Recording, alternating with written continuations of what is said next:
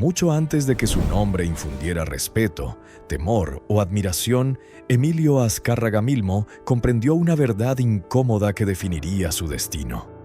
En el mundo que estaba a punto de dominar, nadie entregaba el poder por herencia. Había que arrebatárselo al tiempo, a las dudas y a veces a la propia familia. Aquella noche silenciosa, lejos de las cámaras y de cualquier reconocimiento, tomó decisiones que no admitían marcha atrás. Nadie lo sabía entonces, pero ese instante marcaría el inicio de una transformación cuyos efectos sacudirían a un país entero. Antes de convertirse en el hombre más influyente de la televisión en español, Azcárraga Milmo fue visto como una incógnita. Dentro y fuera de su familia, pocos apostaban por él. Su historia no comenzó con un ascenso triunfal, sino con una duda persistente que lo rodeó desde joven y que marcaría cada una de sus decisiones futuras, incluso aquellas que terminarían envueltas en polémica. Para entender ese origen es necesario retroceder una generación. Emilio Azcárraga. Vidaurreta, su padre, había construido un imperio desde cero. Observador obsesivo del modelo empresarial estadounidense, supo aprovechar oportunidades, vacíos legales y alianzas estratégicas para levantar una red de medios que comenzó en la radio y se expandió hacia el cine y la televisión. No solo edificó empresas, edificó influencia. Ese imperio no nació como un proyecto cultural, sino como un negocio con visión de largo plazo. La radio se convirtió en una herramienta de alcance masivo, capaz de unificar audiencias y, con el tiempo, de dialogar directamente con el poder político. Vidaurreta entendió pronto que controlar el medio era también influir en el mensaje, una lección que su hijo observaría atentamente desde las sombras. Pero lo que nadie imaginaba entonces era que esa herencia silenciosa no solo marcaría su ascenso, sino que abriría una cadena de decisiones que, años después, desatarían algunas de las controversias más comentadas del poder mediático en México. Emilio Azcárraga Milmo nació en San Antonio, Texas, en 1930. Creció entre dos mundos, el empresarial y el social, rodeado de privilegios, pero también de exigencias silenciosas. Su educación formal nunca fue brillante ni constante. Abandonó la secundaria en Estados Unidos, una decisión que decepcionó profundamente a su padre y que alimentó la percepción de que no estaba preparado para heredar nada. Lejos de entrar de inmediato al núcleo del imperio familiar, comenzó vendiendo enciclopedias puerta por puerta en la Ciudad de México. No era un gesto romántico ni anecdótico, era una prueba, una forma de demostrar autosuficiencia en un entorno donde el apellido abría puertas, pero no garantizaba respeto. Aquellos años, aparentemente menores, moldearon su relación con el dinero, el esfuerzo y la negociación directa. Cuando finalmente ingresó a las empresas familiares, lo hizo desde abajo. Ventas, publicidad, operación. No era el heredero natural a los ojos de muchos, ni siquiera dentro de la propia empresa. Vivía bajo la constante comparación con figuras que parecían más aptas para suceder a su padre, una tensión que nunca se resolvió del todo y que marcaría su carácter. En lo personal, su vida temprana también estuvo atravesada por contrastes.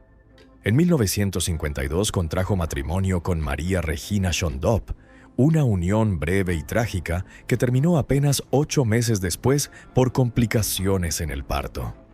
El golpe fue silencioso, sin discursos ni homenajes públicos, pero dejó una huella profunda en un hombre que aprendió muy pronto que incluso el control tiene límites.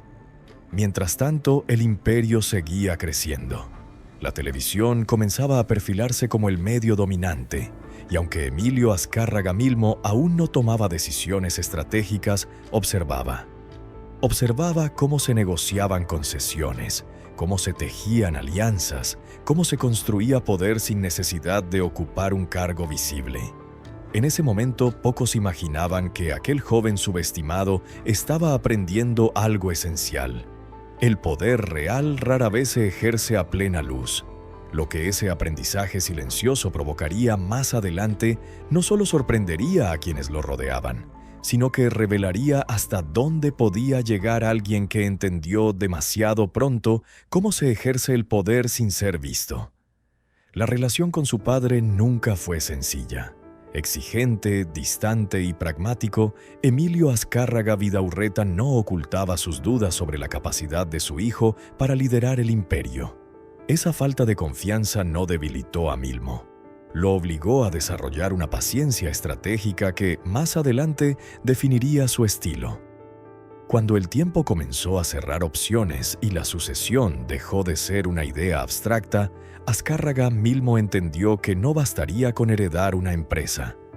Tendría que redefinirla, imponer su propio ritmo y demostrar, incluso a quienes nunca creyeron en él, que estaba dispuesto a llegar hasta donde fuera necesario. Porque lo que estaba en juego no era solo una empresa, sino una forma de entender el poder que todavía no había mostrado su verdadero rostro. El momento en que Emilio Azcárraga Milmo empezó a ser tomado en serio no llegó con un nombramiento oficial, sino con una intuición que pocos comprendieron en ese instante.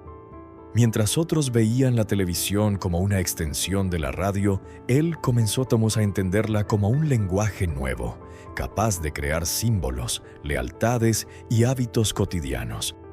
No hablaba aún de poder, pero ya pensaba en permanencia. Durante los años 50 y principios de los 60, Azcárraga Milmo se movió con cautela dentro de Telesistema Mexicano. Observó los números, las audiencias y, sobre todo, las reacciones del público. Entendió que el verdadero valor no estaba solo en transmitir contenidos, sino en lograr que millones de personas organizaran su vida diaria alrededor de una pantalla. Pero aquel modo de mirar la televisión no solo cambiaría un negocio, abriría una etapa en la que el control de la imagen tendría efectos que nadie estaba preparado para enfrentar. Fue entonces cuando el deporte apareció como una oportunidad estratégica. En 1959 adquirió el Club América, una decisión que en su momento fue vista como arriesgada y poco rentable. Sin embargo, detrás de esa compra había algo más profundo. El fútbol no solo convocaba multitudes, generaba identidad, rivalidad y pertenencia. Era televisión emocional en estado puro. Poco después, impulsó uno de los proyectos más ambiciosos del entretenimiento en México, el Estadio Azteca. Su construcción no fue sencilla ni económica. Los costos superaron lo previsto y requirieron apoyo financiero adicional. Aún así, el estadio se convirtió en un símbolo de modernidad y en una plataforma ideal para eventos que podían ser vistos por millones dentro y fuera del país. El 29 de mayo de 1966, cuando el Estadio Azteca fue inaugurado, Azcárraga Milmo ya no era un actor secundario. Su nombre comenzaba a asociarse con proyectos de gran escala y con una forma distinta de pensar el negocio. Ya no se trataba solo de producir programas, sino de dominar espacios, tiempos y audiencias. Lo que pocos advirtieron entonces fue que esas decisiones estaban construyendo algo más que infraestructura. Estaban preparando un modelo de control cultural que pronto sería evidente. En paralelo, su carácter empezó a hacerse visible. Directo, exigente y poco dado a las medias tintas, Azcárraga Milmo comenzó a ganarse una reputación que generaba respeto y tensión a partes iguales. Dentro de la empresa, su presencia ya no pasaba desapercibida. Cada decisión tenía consecuencias claras y cada error se recordaba. A finales de los años 60, su cercanía con figuras del poder político comenzó a intensificarse. No como un operador visible, sino como un aliado estratégico.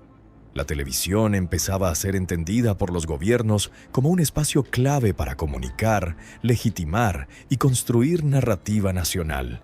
Y Azcárraga Milmo lo sabía. El punto de quiebre llegó con la muerte de Emilio Azcárraga Vidaurreta. Con su fallecimiento no solo desaparecía el fundador del imperio, también se cerraba una etapa. La sucesión, largamente cuestionada, se concretó.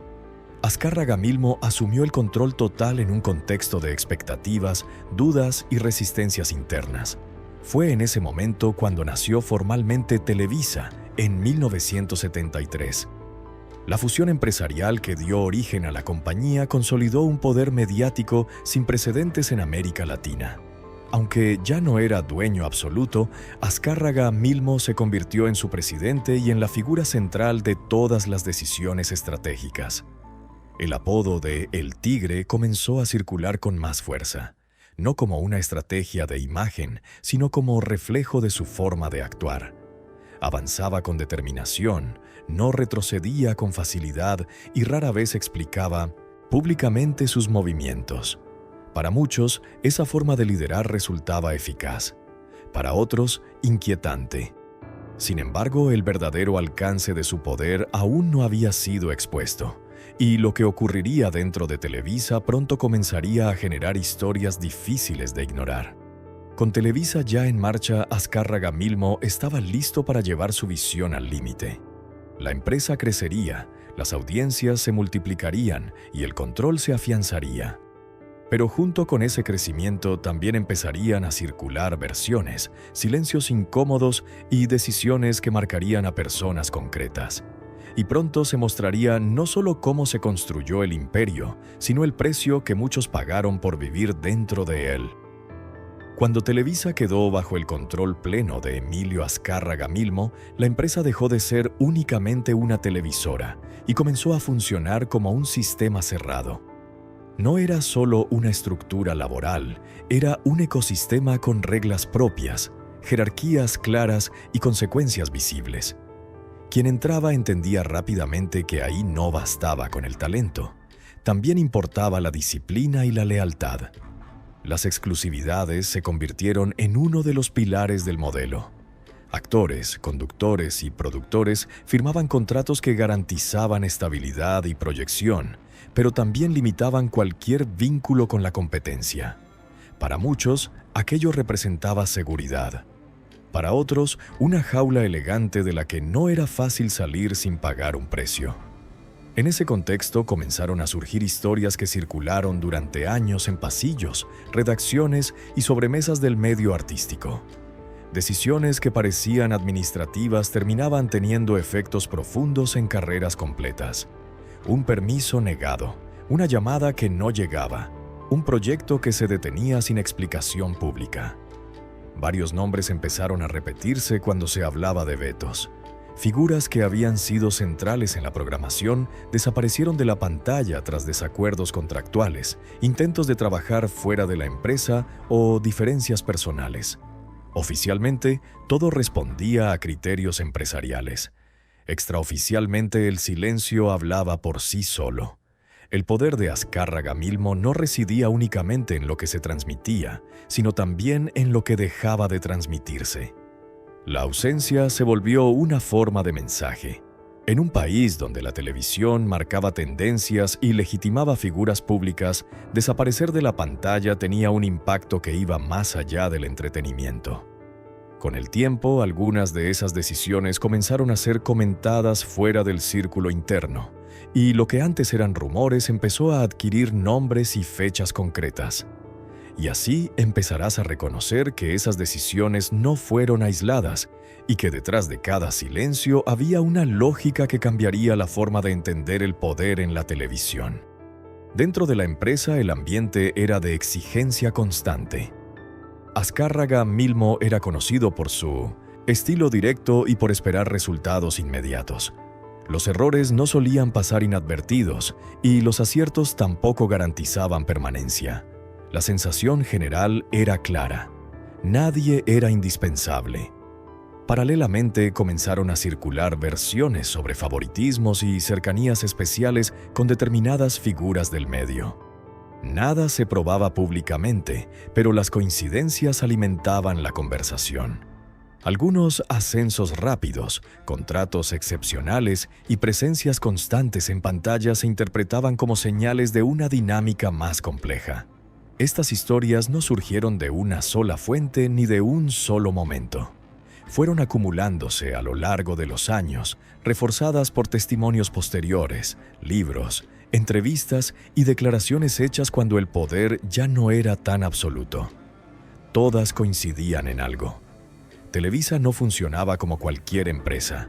Mientras tanto, el público seguía viendo una programación sólida, exitosa y omnipresente. Desde fuera, el imperio parecía inquebrantable. Desde dentro, muchos aprendían a moverse con cuidado, a leer gestos, silencios y decisiones que rara vez se explicaban de manera formal.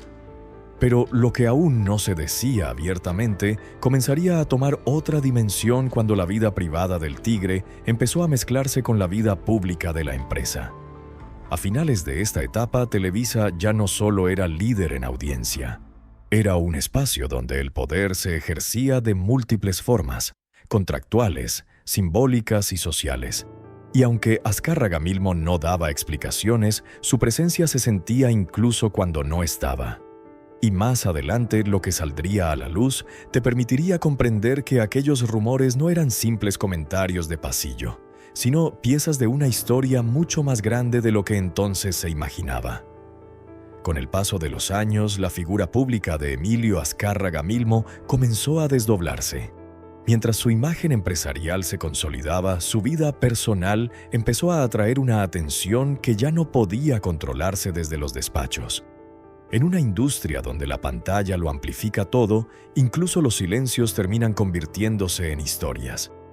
Tras la muerte temprana de su primera esposa, Azcárraga Milmo volvió a casarse en París en 1958 con Pamela de Sormand. La unión lo vinculó con círculos sociales europeos y reforzó su imagen de empresario cosmopolita. De ese matrimonio nacieron 3 hijas, pero la relación terminó años después, rodeada de versiones sobre distancias irreconciliables y tensiones acumuladas. Más adelante, su vida sentimental volvió a ocupar titulares cuando contrajo matrimonio con Nadine Llana, madre de su único hijo varón.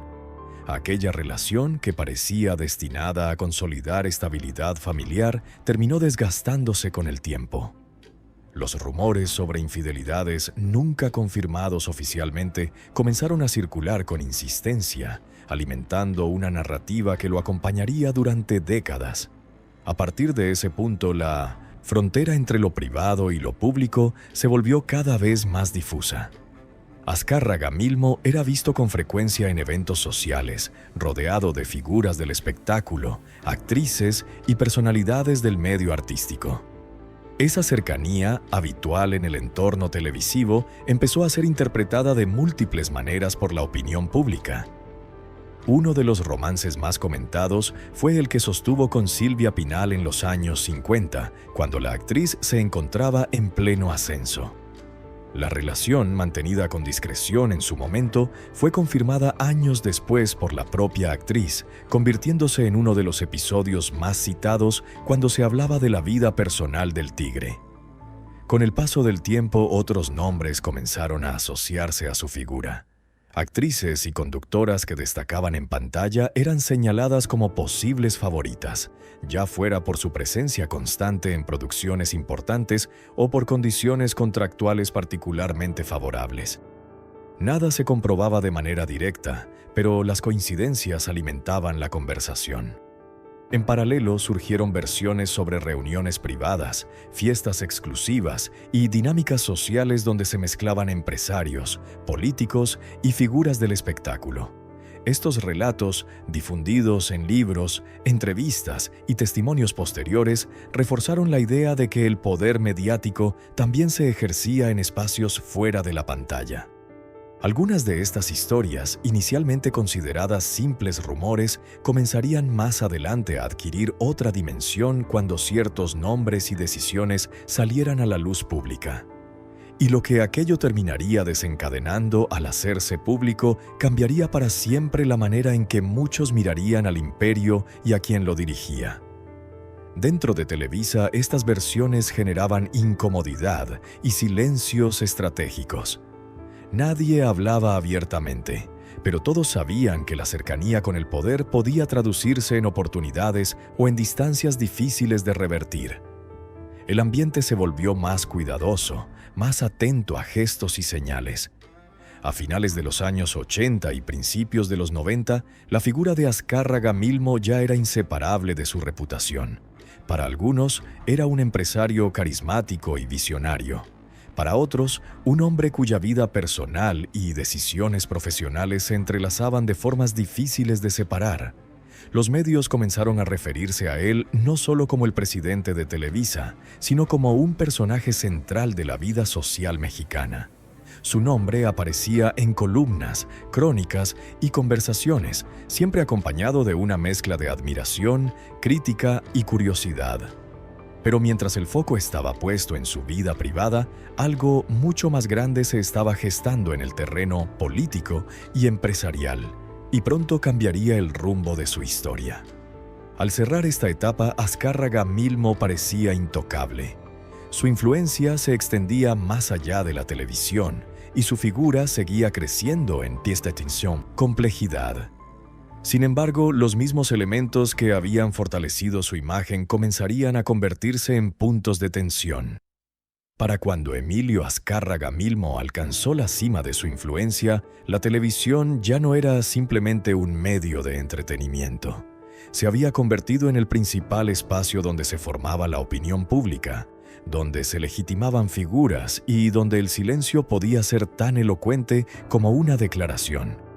En ese contexto, la relación entre Televisa y el poder político dejó de ser un tema marginal para convertirse en una discusión nacional abierta, constante y cada vez más incómoda. Durante años, la cercanía de Azcárraga Milmo con los gobiernos del Partido Revolucionario Institucional fue evidente.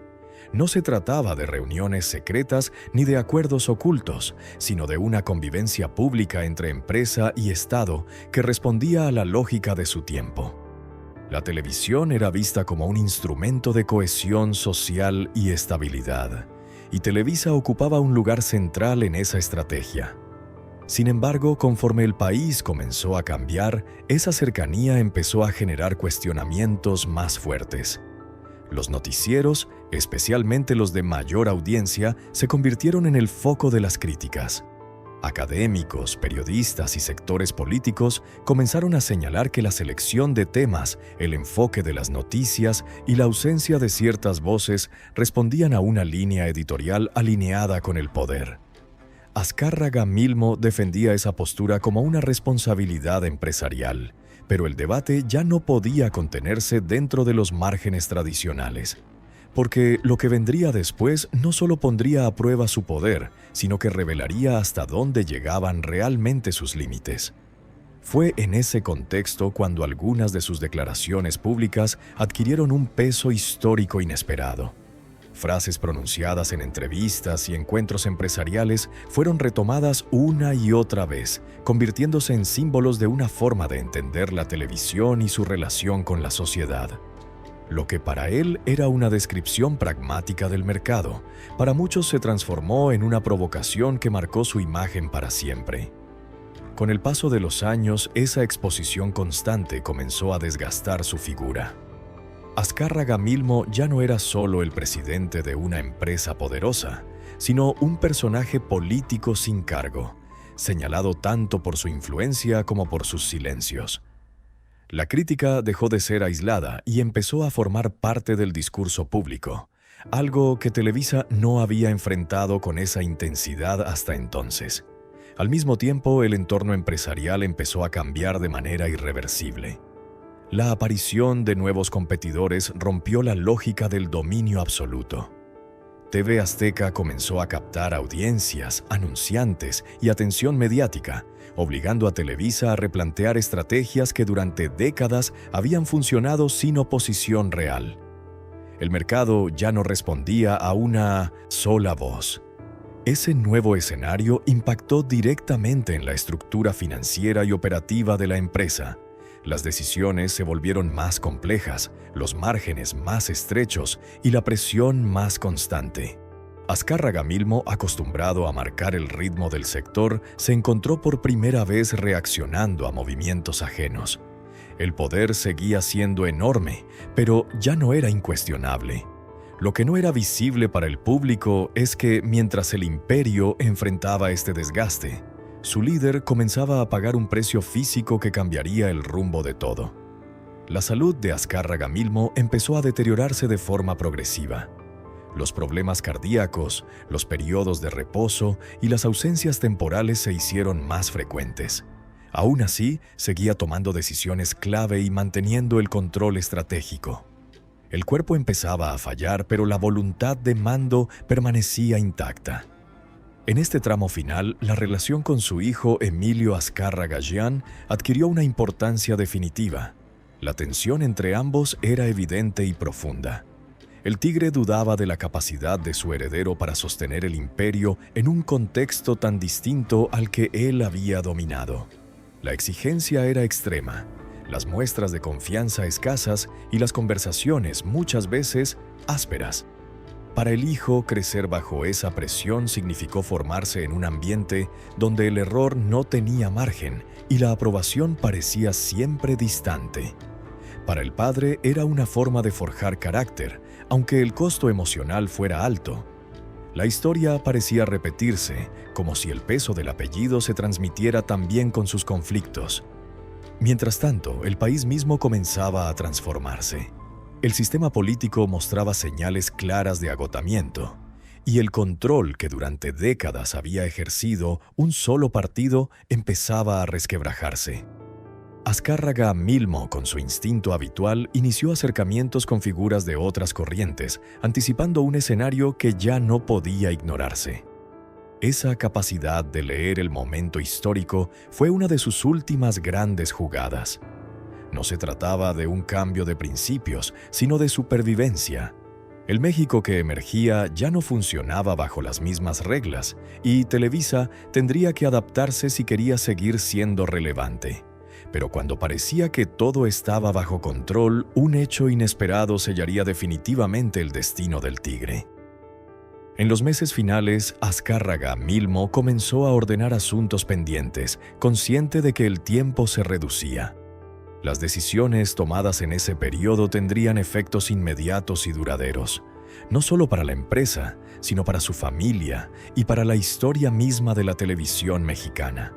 Y el desenlace, cuando llegó, lo hizo lejos de los foros, lejos de las cámaras, pero con un impacto que nadie pudo ignorar.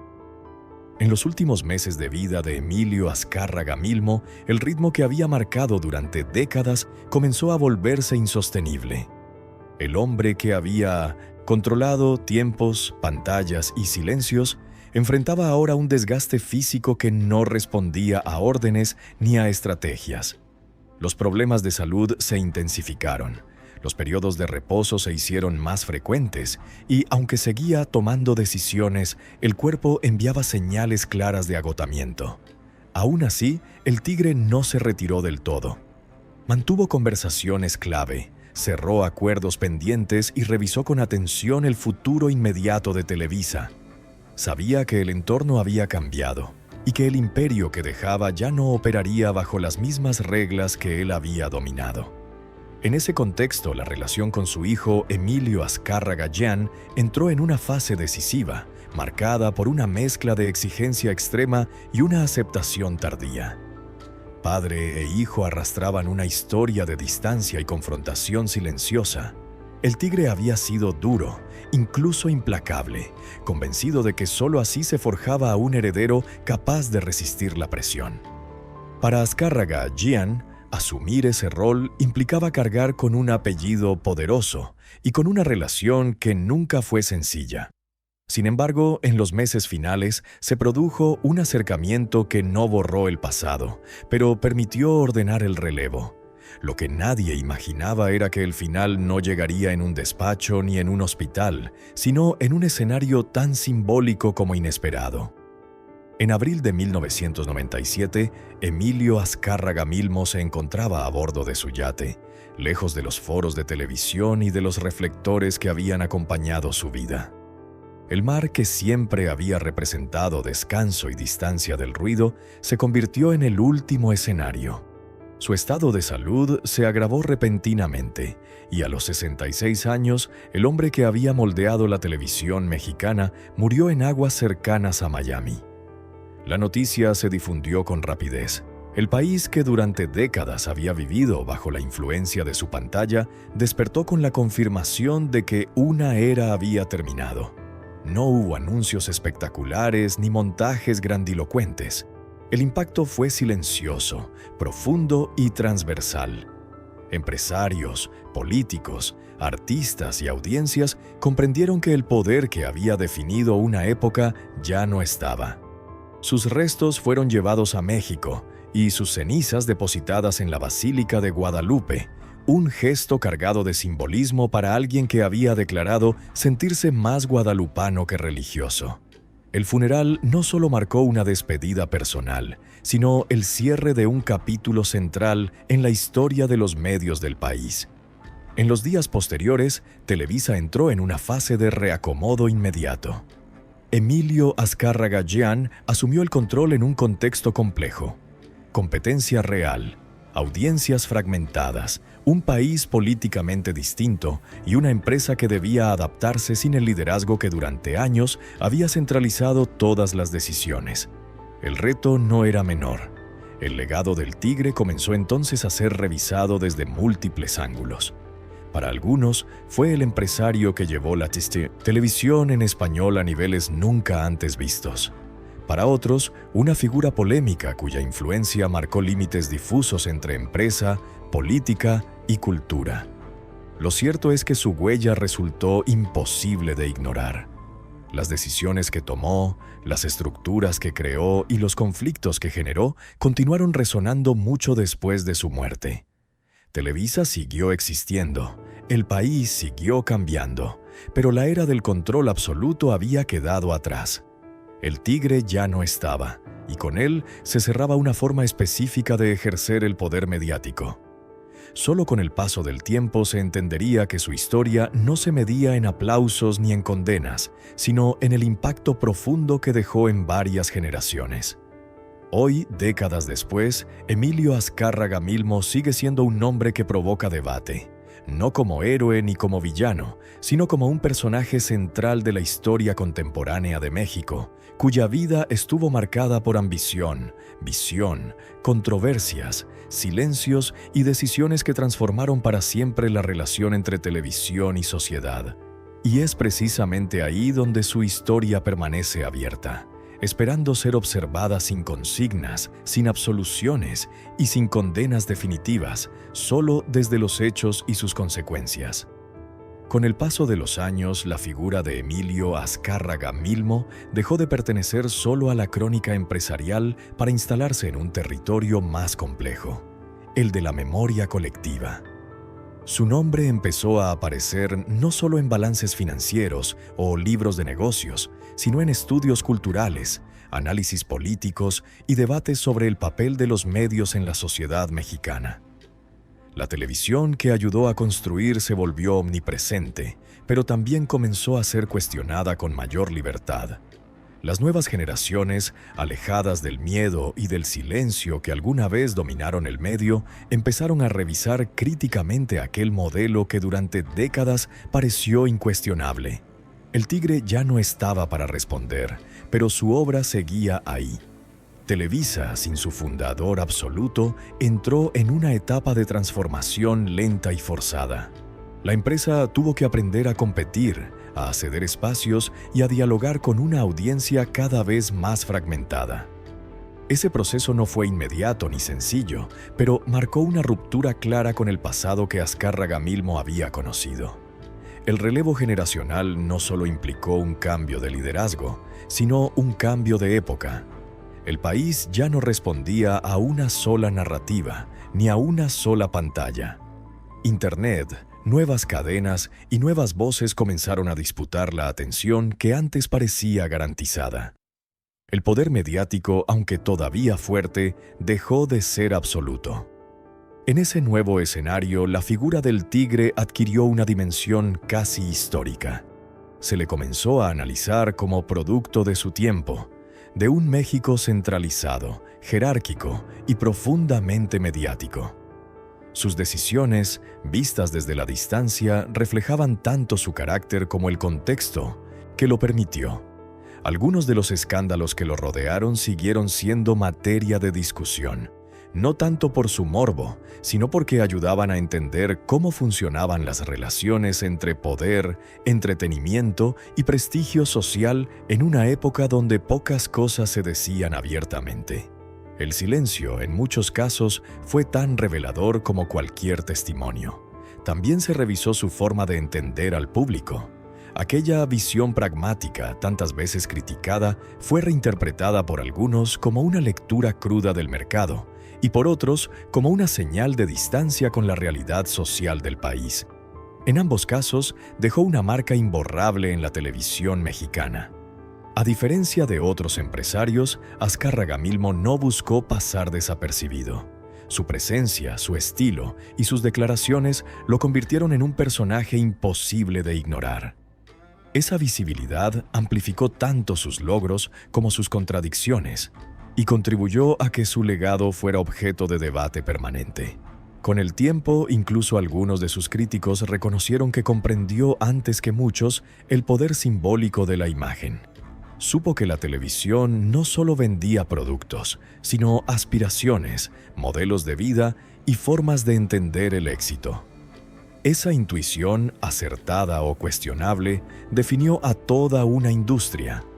Su historia también dejó una advertencia. Mostró hasta qué punto la concentración del poder mediático puede moldear una sociedad entera, pero también cómo ese mismo poder es vulnerable al cambio tecnológico, político y cultural. Ningún imperio, por sólido que parezca, permanece intacto para siempre. Hoy, el nombre de Emilio Azcárraga Milmo sigue apareciendo cuando se habla de monopolios, de influencia y de medios, no como un recuerdo nostálgico, sino como un caso de estudio, un ejemplo de cómo una sola figura puede encarnar tanto el auge como las tensiones de un sistema completo. La televisión mexicana posterior a él es distinta, pero no puede entenderse sin él. Sus decisiones siguen proyectando sombra y luz sobre la industria, incluso cuando los formatos, las plataformas y las audiencias han cambiado radicalmente. En última instancia, su vida no se resume en una sentencia moral. No es una historia de redención ni de condena. Es el retrato de un hombre que entendió el poder de su tiempo y lo ejerció con todas sus consecuencias, para bien y para mal. Quizá por eso su figura sigue generando interés, porque obliga a mirar de frente una etapa del país que aún explica muchas de las dinámicas actuales, porque incomoda, porque interpela, porque no permite respuestas simples. Y así, entre luces, sombras y silencios, la historia de Emilio Azcárraga Milmo permanece abierta, no como un juicio cerrado, sino como una invitación permanente a entender cómo el poder, cuando se concentra, termina reflejando tanto a quien lo ejerce como a la sociedad que lo permite. Si este recorrido te ayudó a entender el poder detrás de la pantalla y la historia de una figura que marcó una era, suscríbete al canal, activa la campanita, comparte este video y deja tu comentario. La memoria colectiva se construye cuando nos atrevemos a mirar el pasado con atención y sin simplificaciones.